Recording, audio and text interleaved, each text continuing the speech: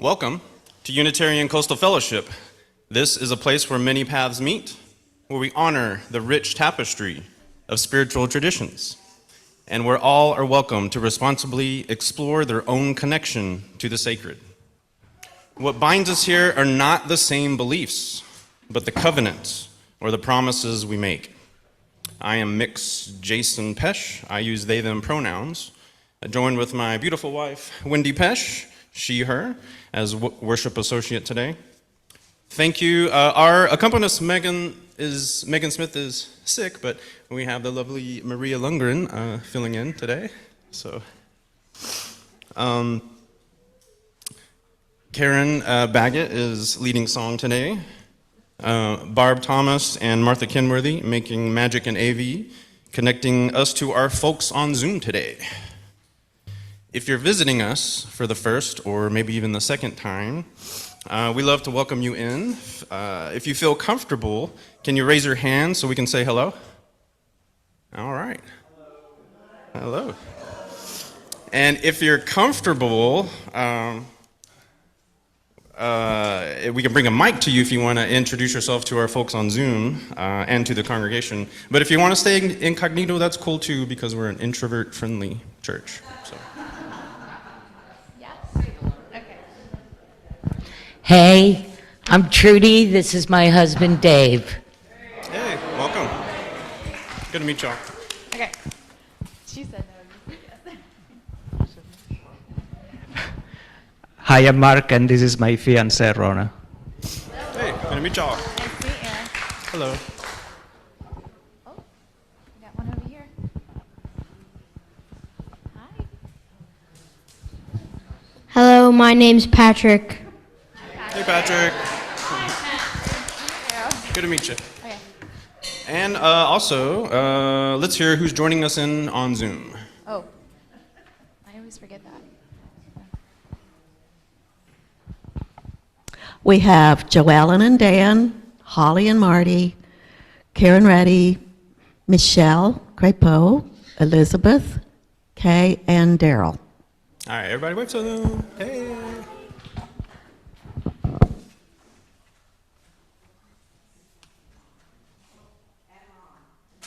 Oh, and Ron. Hey, Ron. All right.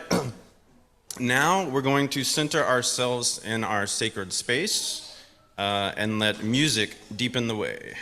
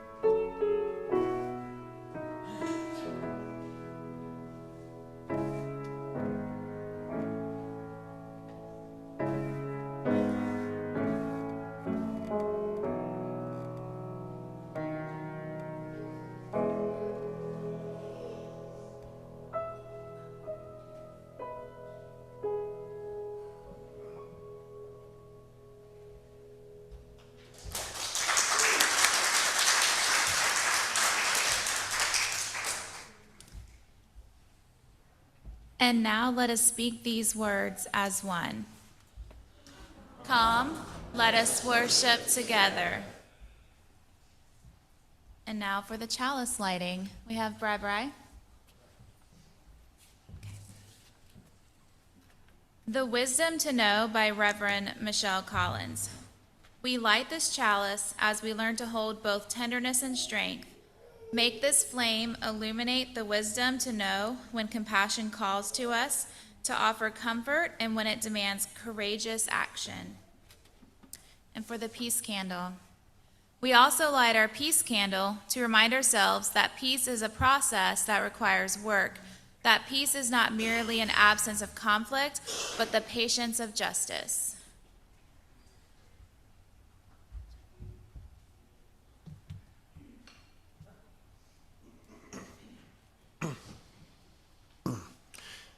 You know, I often say we should normalize empathy, which I still agree with, that we should strive to understand one another more deeply, to feel what others feel. But here's the hard part about that. What if the person we're asked to empathize with holds beliefs we find harmful? What if we don't want to put ourselves in a situation where we feel those feelings with others? What if they demonize immigrants? What if they spread hate towards queer and trans people? What if they proudly uphold systems that hurt others? Empathy asks us to feel what they feel, and sometimes that's too much. It can lead to burnout, or worse, it can blur our moral clarity. That's where compassion comes in. Compassion is different than empathy. It allows us to care at a distance, to say, I see your pain, I hear your fear, but I do not have to carry it inside of me. Compassion creates room for justice, for boundaries, for courage. And it's how we deal with the things we love that came from people we absolutely do not.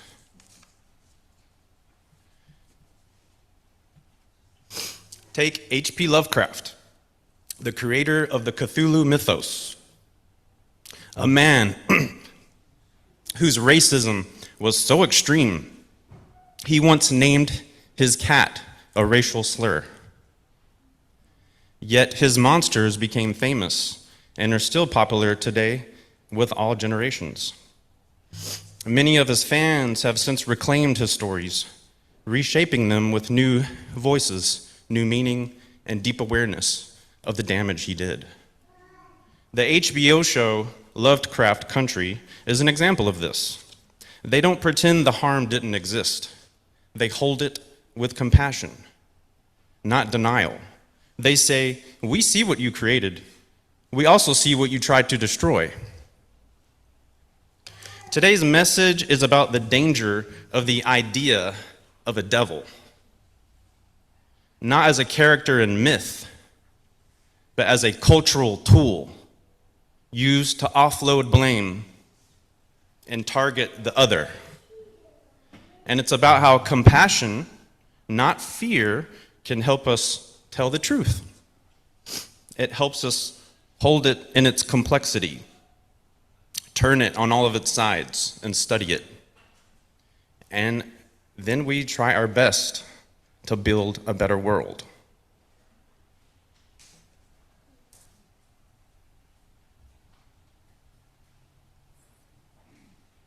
Please rise in body and spirit for opening hymn 298, Wake Now My Senses.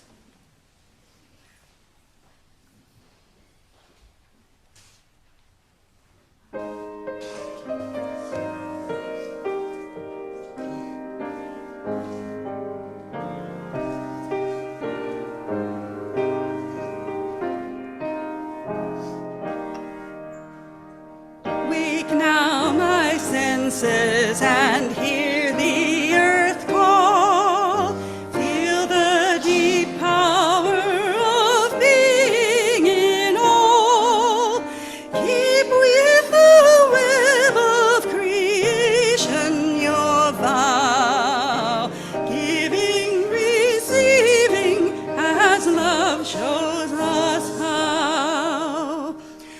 Wake now, my reason, reach out to the new.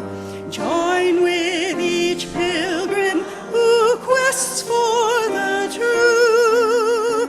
Honor the beauty and wisdom of time. Suffer thy limit and praise the sublime. Wake now, compassion, give heed to the cry. Voices of suffering fill the wide sky. Take as your neighbor both stranger and friend, praying and striving their hardship to end. Wake now, my conscience, with justice thy guide.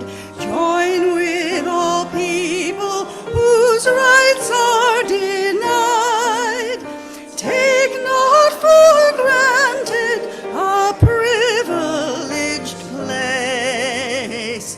God's love embraces the whole human race. Wake now, my vision of ministry clear.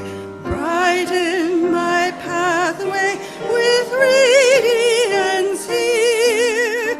Mingle my calling with all who will share. Work toward a planet transformed by our care.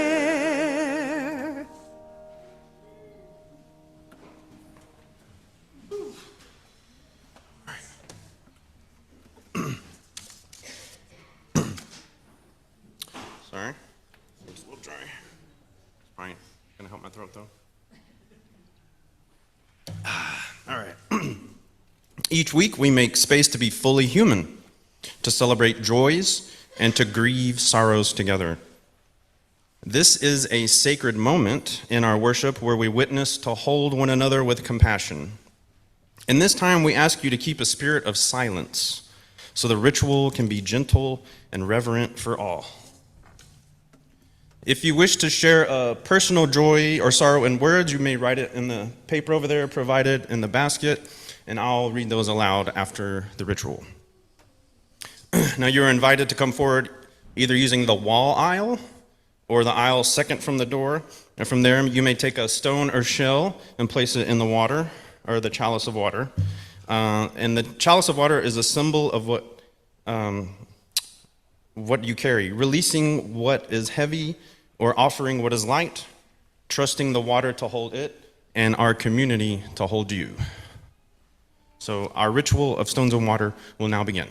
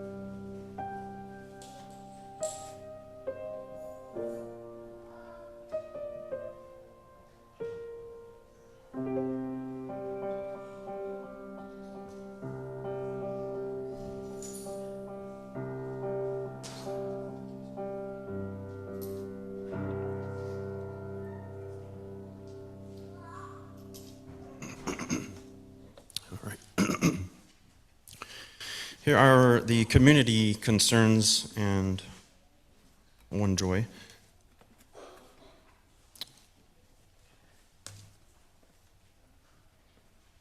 We hold in compassion the students, teachers, and librarians in our region whose access to diverse and affirming stories is under threat.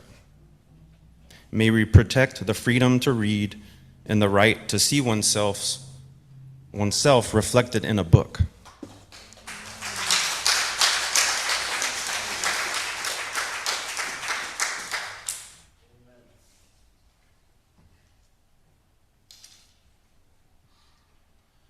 We hold in concern the people across our state, especially trans youth and immigrant families, who are once again being used as political targets.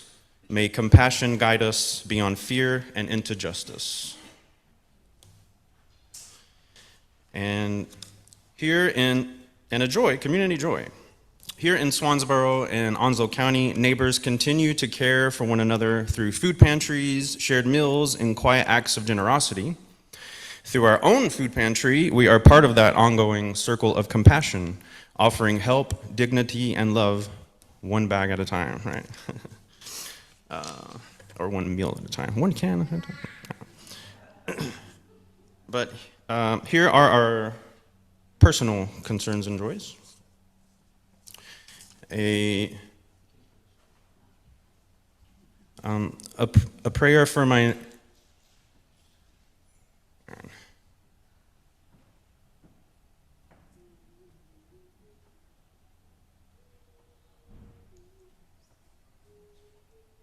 okay.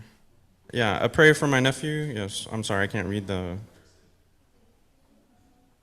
What was that?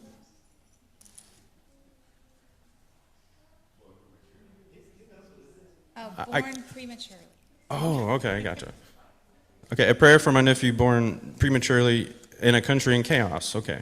A prayer for those struggling and leaving in fear because of ICE. Yes, I agree. 100%. I am happy about God giving us another day. All right, that's definitely a joy.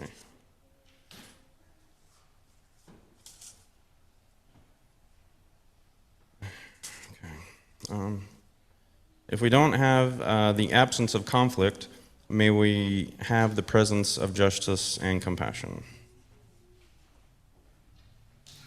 A mobile home park where we live was brought out, and they are doubling the rent. Oh no. At least 10 families are moving out. I'm so sorry to hear that.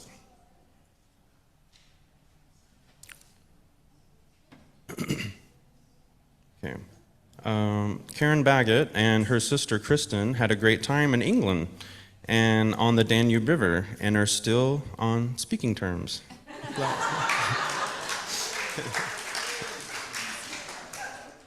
right. Is this a joy?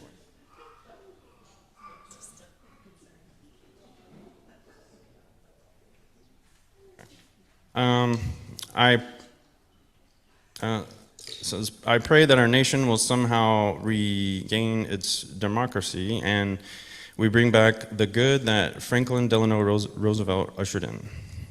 All right.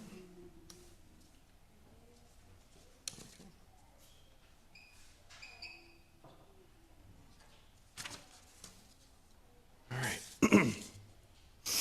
By the light of this chalice, we hold in our hearts all who struggle, those we name and those we do not. May you fill our compassion. By the light of this chalice, we open our hearts to joy. Our joy and the joy of others, known and unknown to us. We join you in celebration. By the light of this chalice, we hold all that remains silent, the burdens too heavy to speak, the blessings too tender to name. May the care of this community offer you kindness and hope. May you know love and peace, and may you be safe. Blessed be, and may it be so. And now it is time for all ages with Wendy.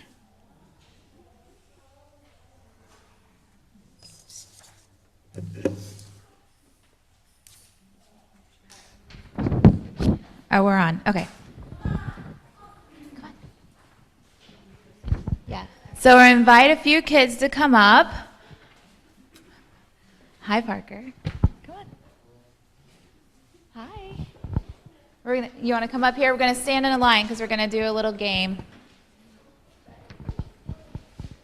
All right. Here, come stand here. Okay.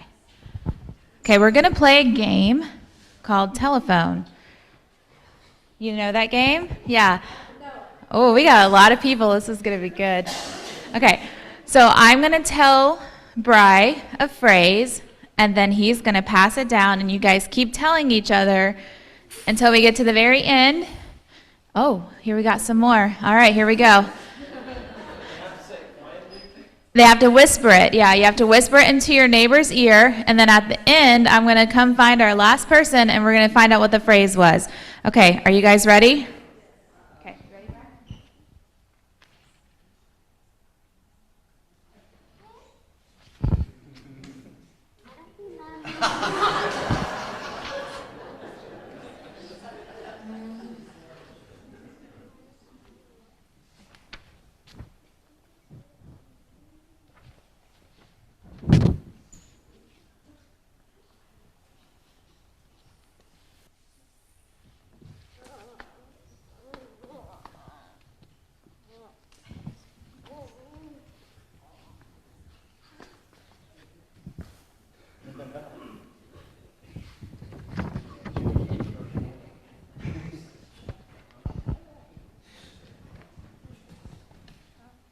Okay, are we at the end? Oh, almost.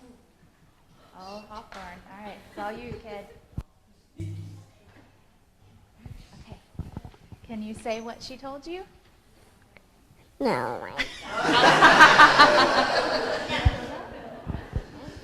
That's okay. Emily can tell me.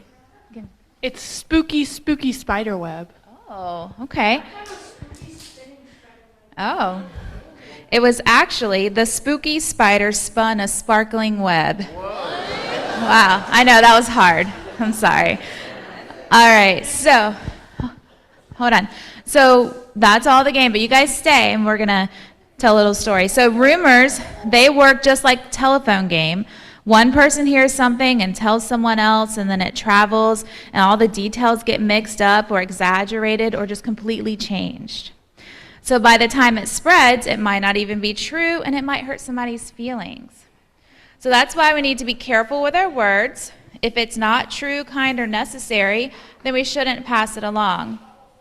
Instead, we should speak loving words, encourage others, and not spread rumors. This way, we help others feel safe and feel like they belong. And that is what compassion looks like, which is a theme for our month. Okay? All right.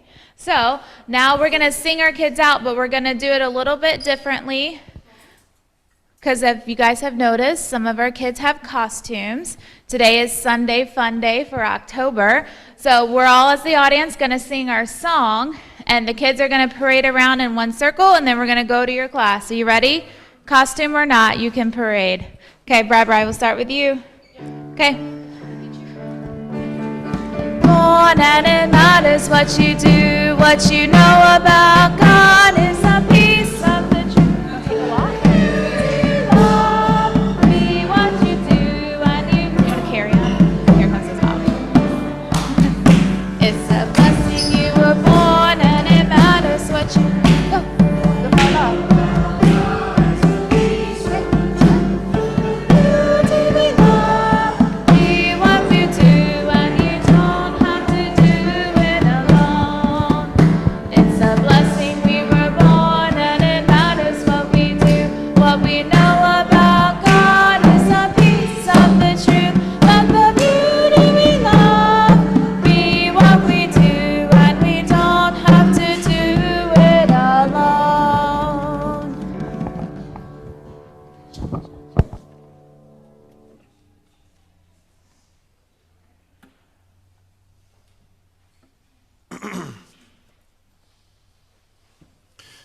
All right, with permission from Soul Matters, Our guided visualization comes to us from Reverend Michelle Collins, Soul Matters worship researcher.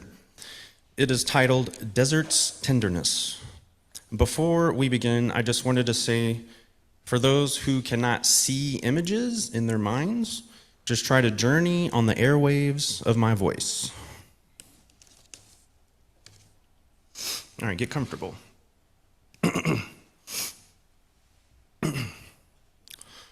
All right, close your eyes and take 3 slow, deep breaths. Let your body settle into stillness. All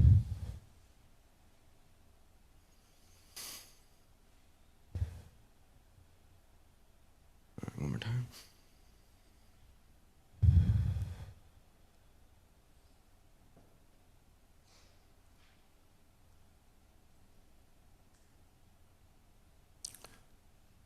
Imagine yourself as a tiny seed that has just cracked open in the desert.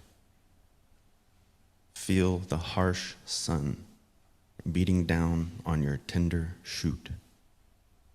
The ground beneath you is hard, unforgiving.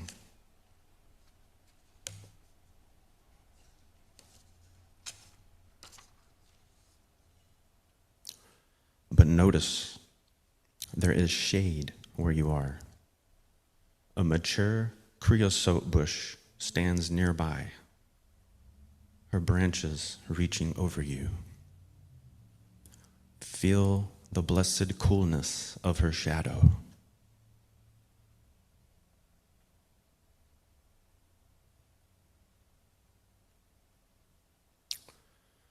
In the shelter, you can grow without burning.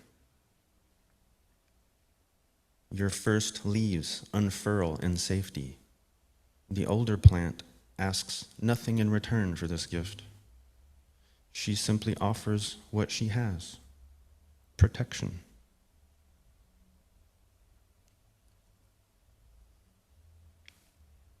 Through her roots, she shares precious water, nutrients gathered over decades of desert survival. You drink deeply of this generosity. Feel yourself growing stronger in her care.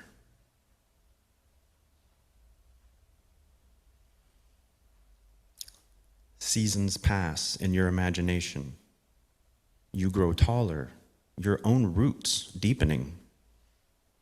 One day, you notice another seed sprouting nearby, vulnerable and small, as you once were.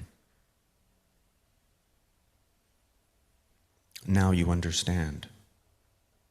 You extend your own branches, offering shade to this new life. The compassion you received, you now provide.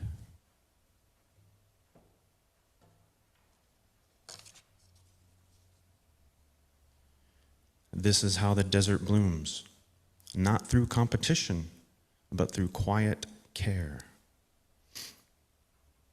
One generation sheltering the next. Ancient wisdom passed through root and branch.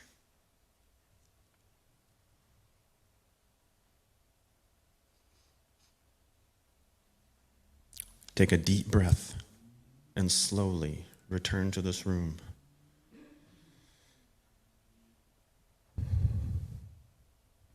Feel your feet on the ground, your back against the chair. And when you're ready, open your eyes.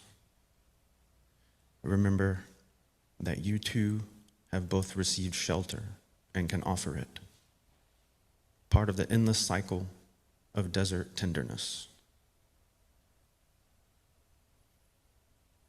And now please remain right where you are for a meditation hymn, number 1031, Filled with Loving Kindness.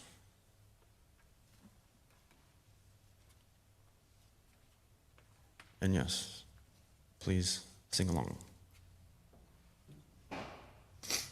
And I would ask, when we think of I, yourself, When we say you, think of the congregation here. And then when we say us, think of the universe. Give it a try.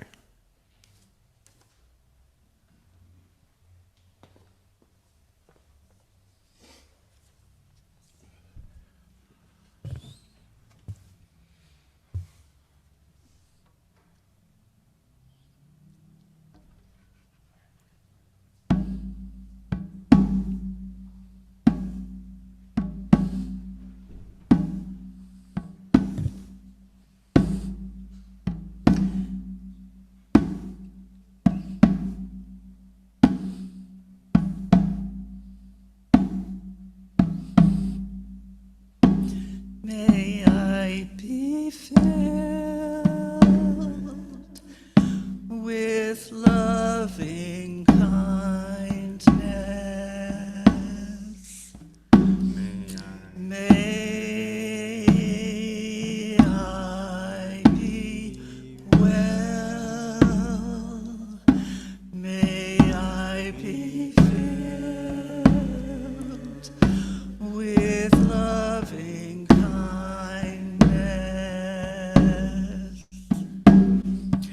May I be well. May I be peaceful and at ease. May I be holy.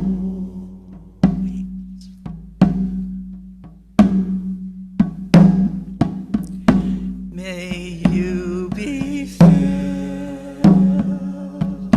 with loving kindness. May you be well. May you be filled with loving kindness. May you be well. May you be peaceful and at ease. May you be whole.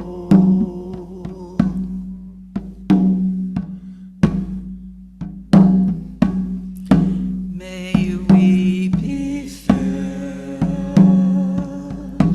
with loving kindness. May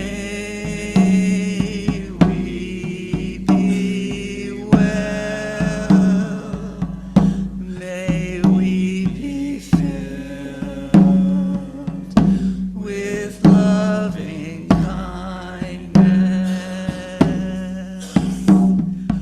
May we be well. May we be peaceful and at ease. May we be whole.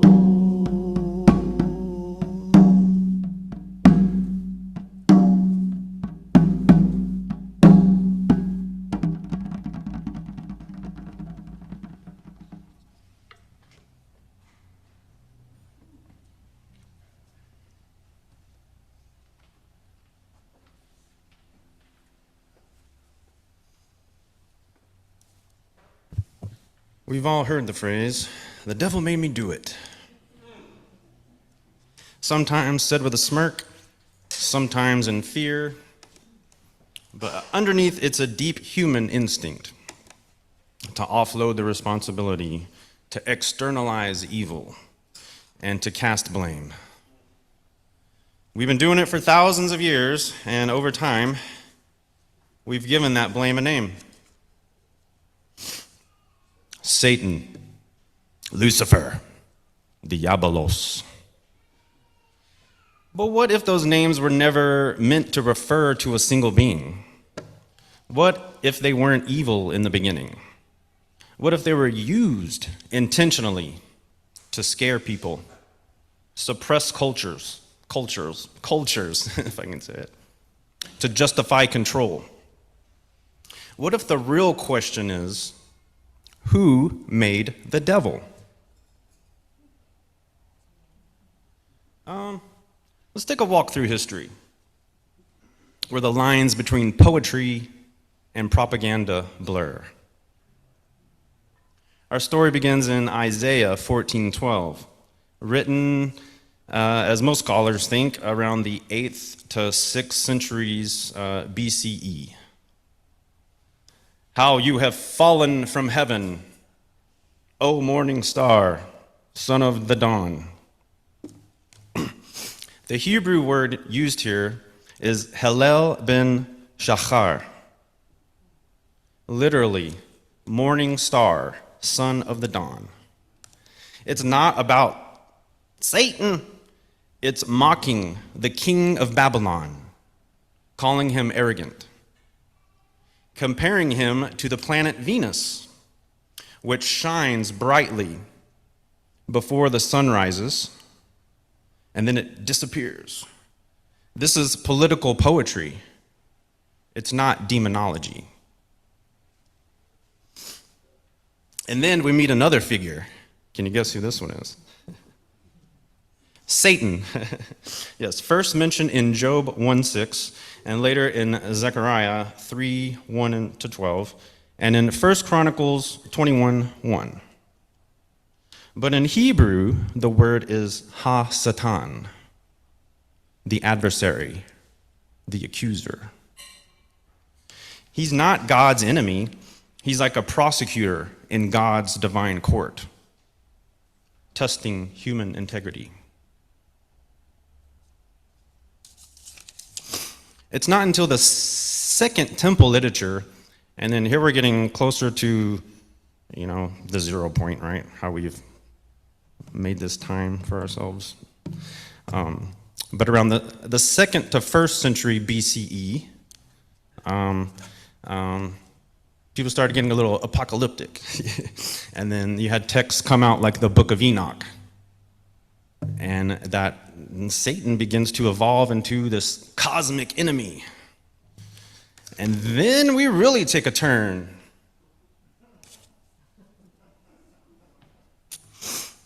In the Greek New Testament, we find the word diabolos, meaning slanderer or backbiter. It's just an everyday Greek word. But when the gospel writers connected diabolos with earlier adversarial figures, the slanderer becomes the devil, a supernatural antagonist who tempts Jesus, rebels against God, and rules over hell. So what was once this abstract idea, right? A tester, a metaphor, or even how a piece of God that might even show up in your life to test you, right? It's still connected to God. But now they made it a personalized being of pure evil. Let's go back to Genesis, which most scholars agree was written between the 10th, way back to 10th to the 5th centuries BCE. In the Garden of Eden, there is a serpent, but nowhere in the original Hebrew text is that serpent called Satan, or the devil, or evil. He's just a snake.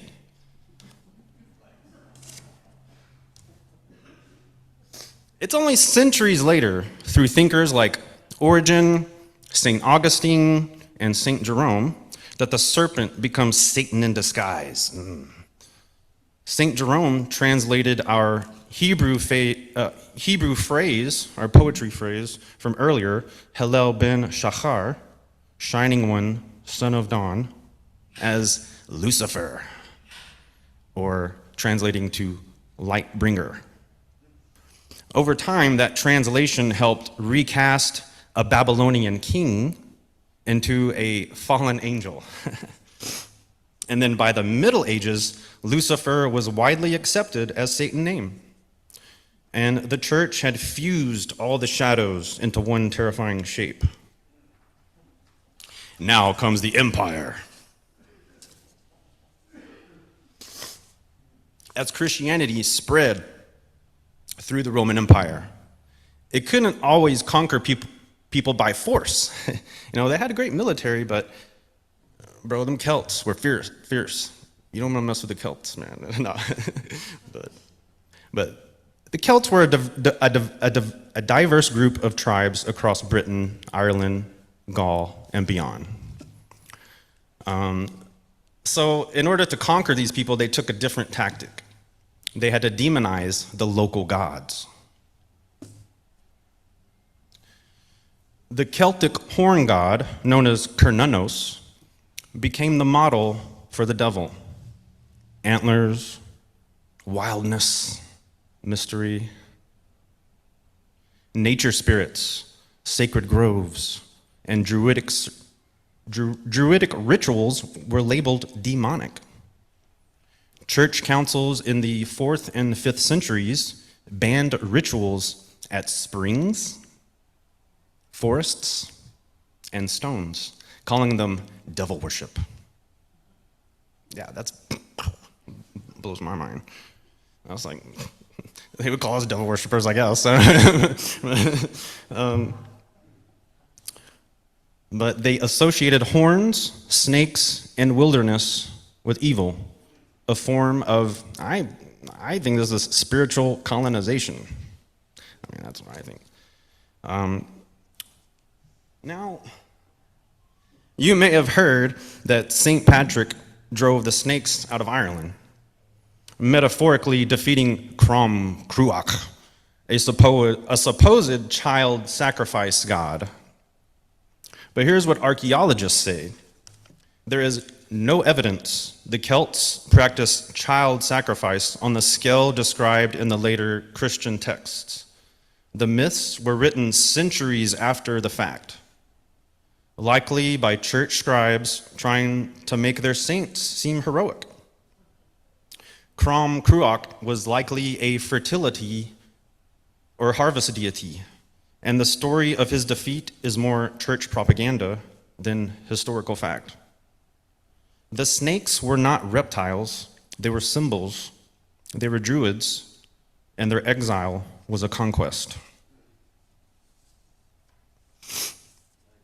By the 15th to 17th centuries, the devil's image, horns, goat legs, fire, was fully formed in Western art and theology. Pan became Satan. Herbalists became witches. Women, queer people, midwives, and outcasts were labeled demonic and burned.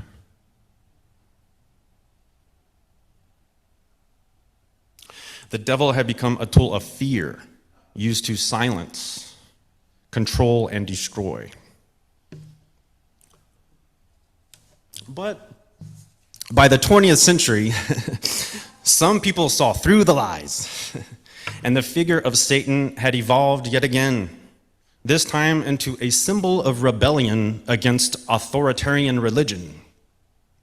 In 1966, Anton LaVey founded the Church of Satan, blending theatrical provocation with the individualist philosophy of Ayn Rand's objectivism, emphasizing personal freedom, ego, and self-will rather than supernatural evil.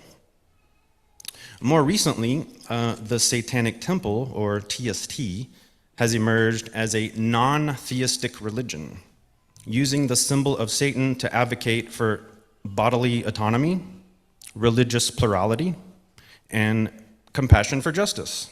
I mean, it sounds kind of like you. Huh?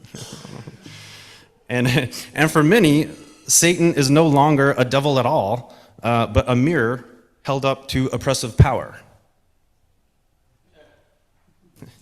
So what does that have to do with today? Everything. Because we're still making devils. We still reach for a psychological pincushion. Someone to blame when society feels uncertain or unsafe. Immigrants are labeled criminals, even though they statistically commit less than 1% of the violent crime. Queer and trans communities are vilified, accused of harming children when the evidence shows otherwise. Women seeking bodily autonomy are called selfish or evil. People of color are still portrayed as threats, even after centuries of state-sponsored violence. This isn't new. It's the same tactic, just with different targets. And now, Christian nationalism is rising again, built on the same fear-based myths, pointing fingers and making new devils. So where do we go from here? I believe we are called as UUs to stop making devils, to refuse scapegoating, to tell the truth even when it's a little complicated, to normalize compassion. I don't want anybody's rights taken away. I don't want anyone's will or body violated. I want a world where we can see clearly and where compassion guides us, not fear. We've come a long way, but there's still a long road ahead. And I don't want to see us fall backward. They taught us that fear would save us, but we know the truth. Love will guide us. Hope will sustain us. And compassion will set us free. May it be so. And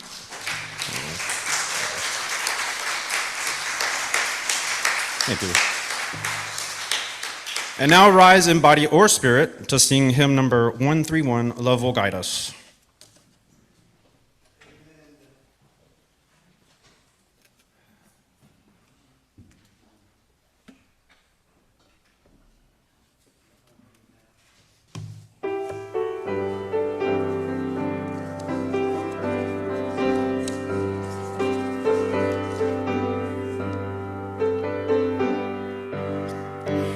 Love will guide us, peace has tried us, hope inside us will lead the way on the road from greed to giving. Love will guide us through the hard night. If you cannot sing like angels, if you cannot speak before thousands, you can give from deep within you. You can change the world with your love. Love will guide us. Peace has tried us. Hope inside us will lead the way on the road from greed to giving. Love will guide us through the hard night.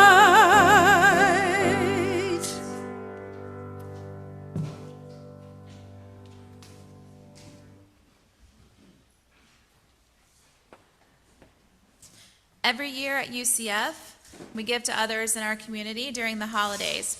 Our children shop for and wrap for gifts for local children whose families can't afford to purchase extras. UCF adults and children participate in assembling gift bags for over 100 adults in Carteret County who are dealing with serious problems including homelessness, severe and persistent mental illness, developmental disabilities, natural disasters, and addiction recovery. Each gift bag includes one or more handmade items from the Twisted Sisters, a Carteret County group that meets weekly at the Leon Mann Center to knit and crochet. And we also include personal toiletries and greeting cards. Lastly, many of the bags will contain a gift card. So please give generously as we give to others.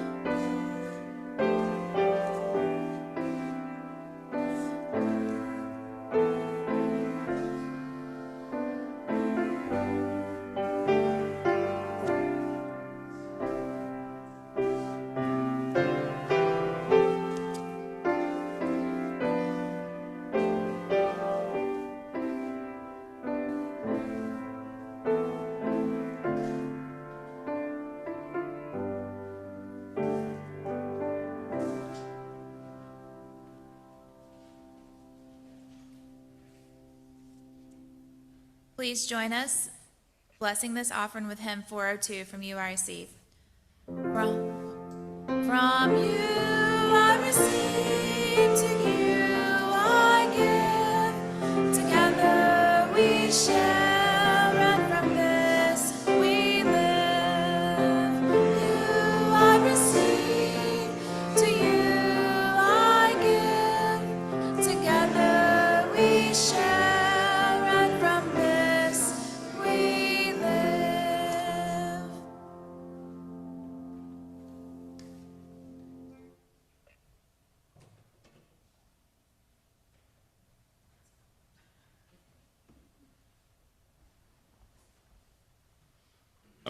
And now we are arriving at our chalice extinguishing. Please join me in reading the chalice extinguishing words. We extinguish this flame, but not the light of truth, the warmth of community, and the fire of commitment. These we carry in our hearts until we are together again. And now in Español. Extinguimos esta llama, pero no la luz de la verdad, el calor de comunidad, o el fuego de nuestro compromiso. Estos los elevaremos en el corazón hasta que estemos juntos otra vez. Okay.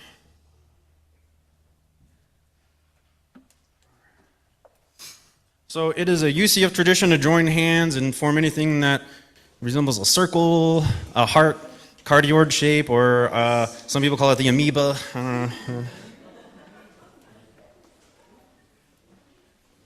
If you don't want to join hands, but if you want to stay in the middle, you can, and we'll surround you with love.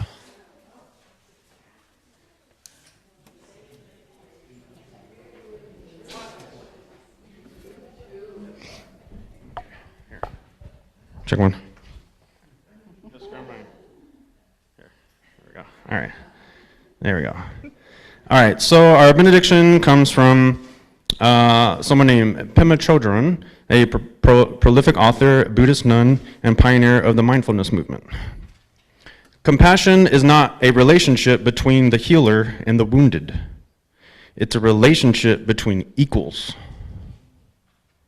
Only when we know our own darkness well can we be present with the darkness of others.